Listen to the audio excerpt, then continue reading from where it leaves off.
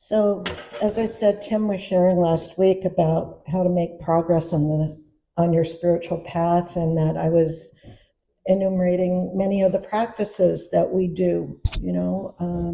Reading spiritual material. Tim and I also have been watching podcasts that have spiritual themes, and found that really interesting. Many people practice many forms of exercise, like walking in nature or hatha yoga, tai chi, and things like that. And I know that Sylvia's not here because she taught me and many of us who were in her class about what I call policing our thoughts, to be sure that if those thoughts actually manifested, would we be happy with what we had been saying and what came into being? So I have learned to restate many of my thoughts so that after I had made the practice of thinking about what I just said and imagining what would happen if it actually materialized, I went, no, I'm going to do a rerun or a retake on that one, and choosing things that really represent things that I want to see in the world. So all of those techniques that I just talked about, have you noticed, only involve you. They don't involve anybody else. It's just things that you personally do on your path. However, as you all know so well, we don't live alone. Our lives involve others, whether we live with others or not.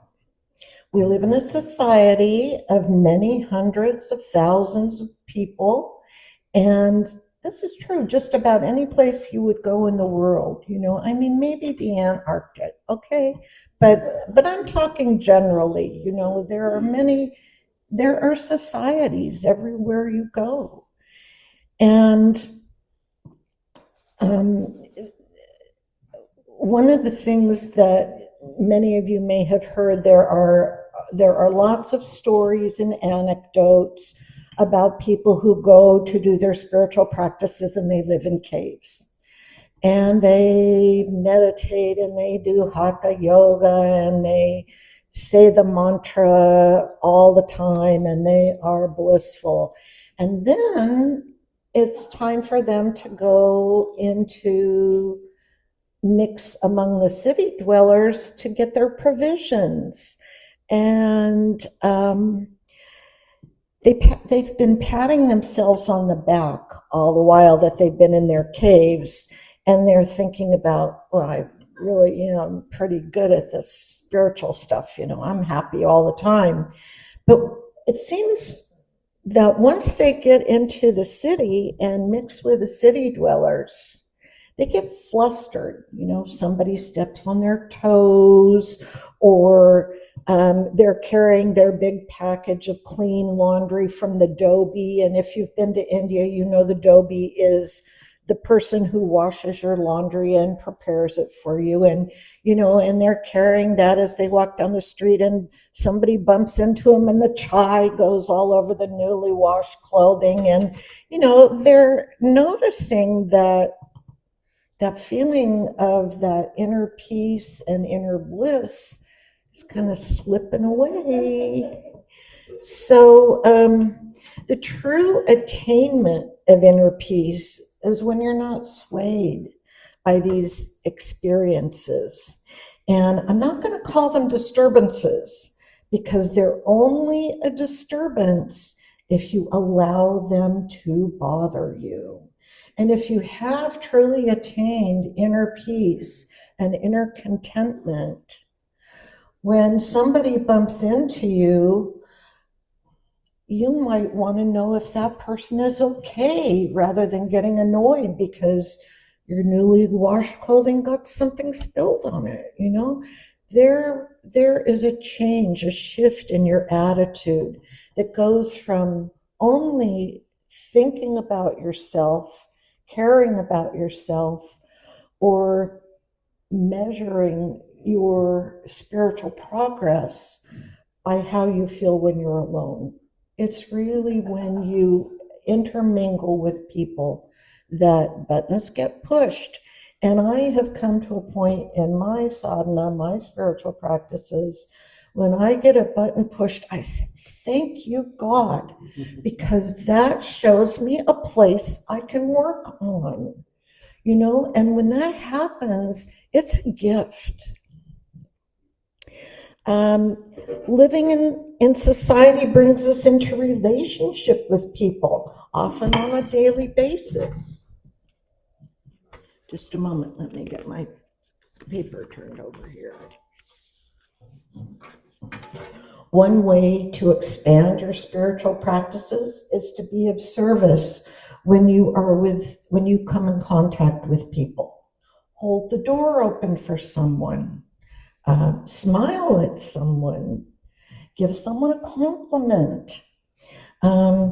Carry a package for a young mom who is trying to wrangle toddlers to her car. You know, she will probably smile back at you and thank you for helping.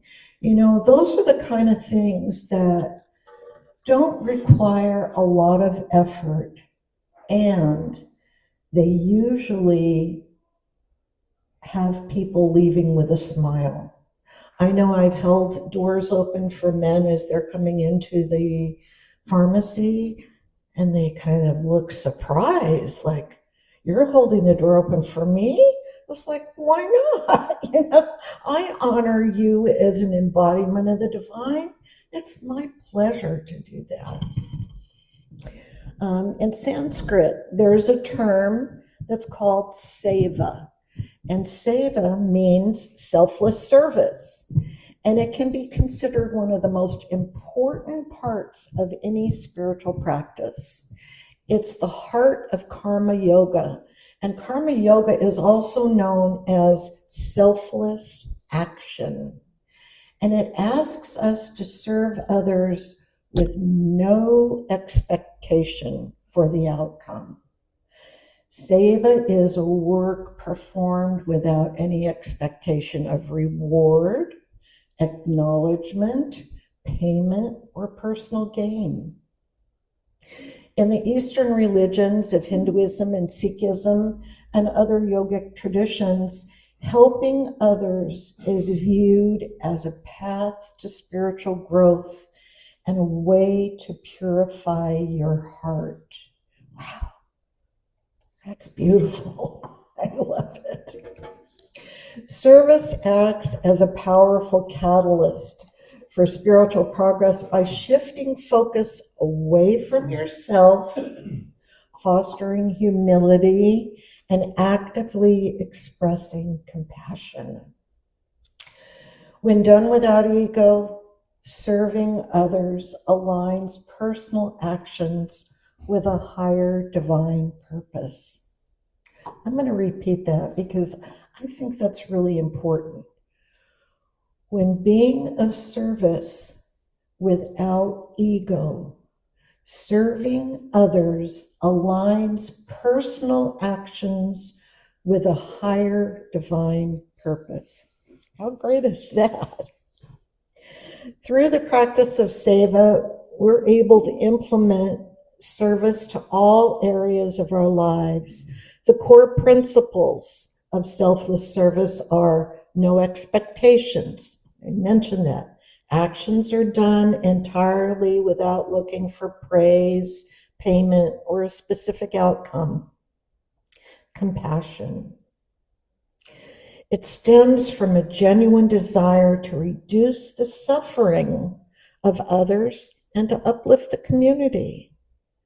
You know, I really try every time I go into town to make sure that I have engaged someone and got them to smile. And I just feel the energy lift. You know, if we're sharing a smile with each other and we don't even know one another, it's different. It changes the energy. Spiritual growth is serving humanity Serving humanity is treated as a form of worship or a direct connection with the divine. Being of service to others builds deep empathy, and it lets love flow into the world without asking for any kind of reward. How does being of service help our spiritual growth? Well, this ego reduction we've talked about. You're thinking less about your own desires, and that helps quiet the ego, and it builds true humility within each of us. Seeing the connection. When you help others, it reminds you that all people and all living things are intertwined. We're really united. And when I help someone or you help me, we're uplifting the world, one step, one smile, one action at a time. Joy and peace is another outcome of being of service. True inner peace often comes naturally when you give your time and energy with a pure heart. Faith in action. Serving turns abstract spiritual beliefs into real daily acts of kindness. And who couldn't enjoy more kindness in the world? Kindness is, I don't want to say it's underrated. It's really important.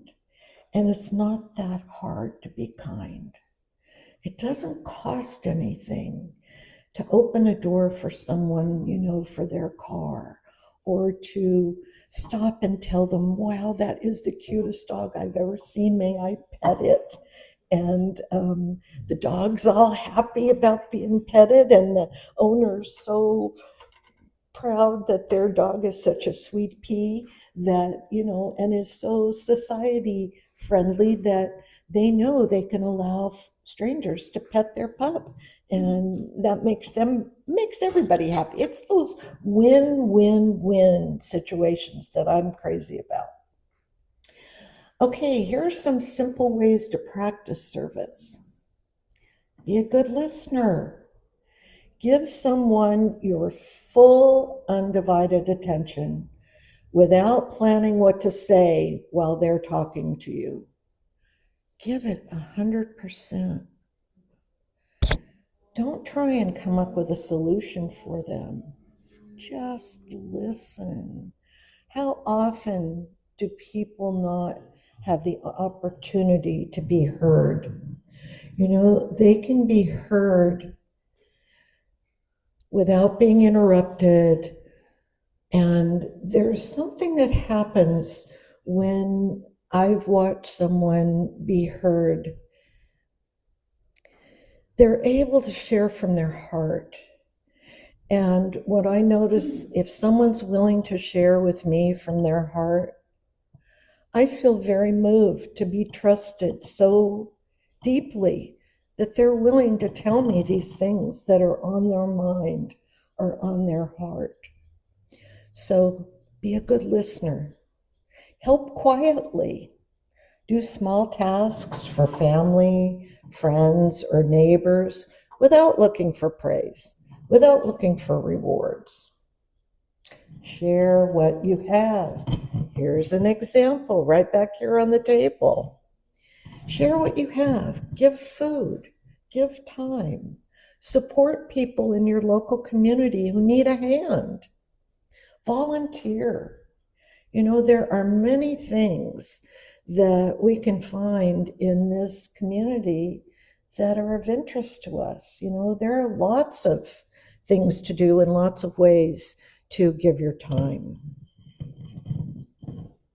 I love the poet Rumi, and one of the most famous and beloved short poems about serving that he says uses these really vivid metaphors, and we'll talk about the metaphors in a minute, but this tells us to guide, it's how to guide us and how we can care for our fellow human beings.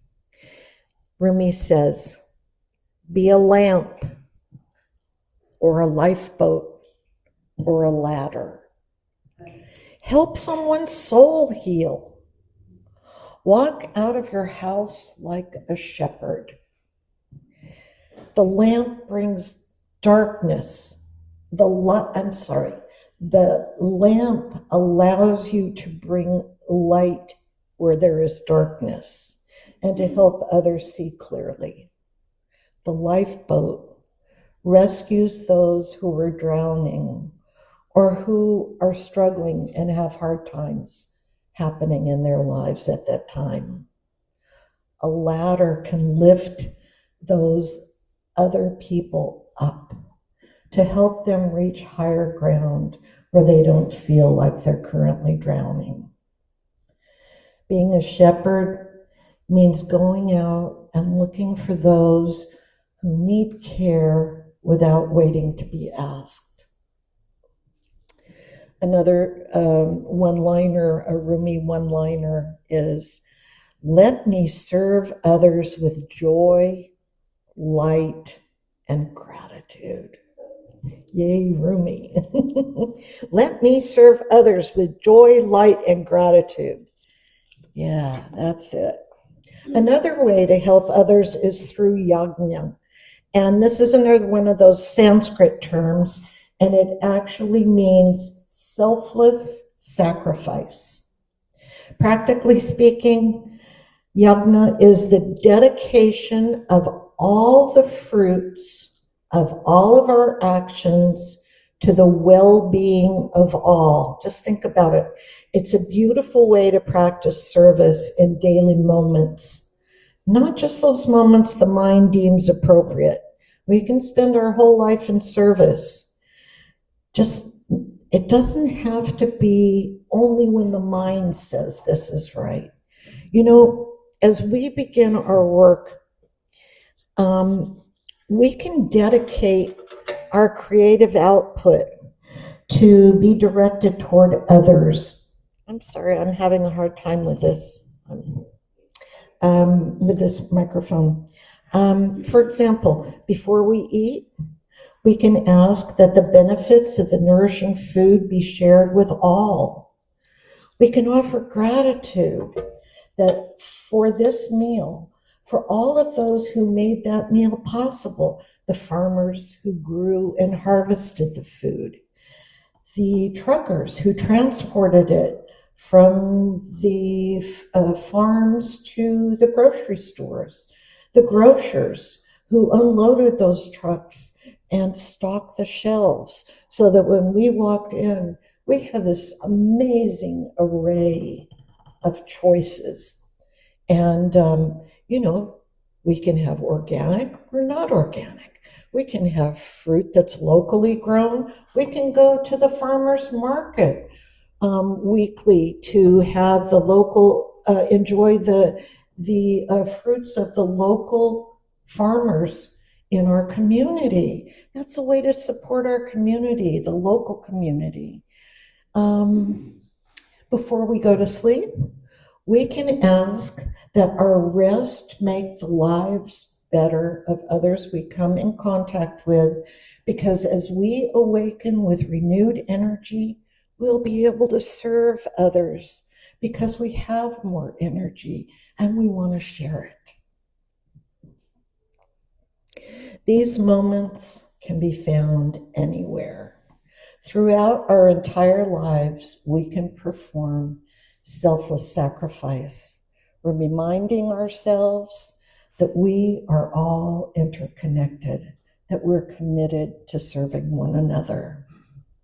So I lovingly invite you all to add service to your spiritual practices, which I think most of you already do. And my heart feels joyful because I can see on people's faces that they're surprised when someone spontaneously offers to help them for free. Kindness is an easy thing to share and spread around. Every person that you uplift uplifts the whole world a notch. So when each one of us is doing this throughout our days, the world is gently rising with this loving kindness that we're sharing.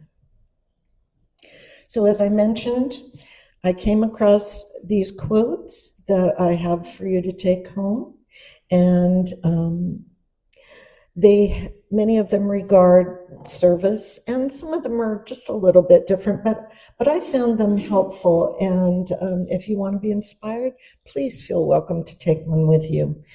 As you leave here today, may you always experience the joy that comes from serving others. Bless you, at the center of your lives. And it's now time where I get to pass the microphone around and we get to hear the sharing of everyone in the group that wants to share what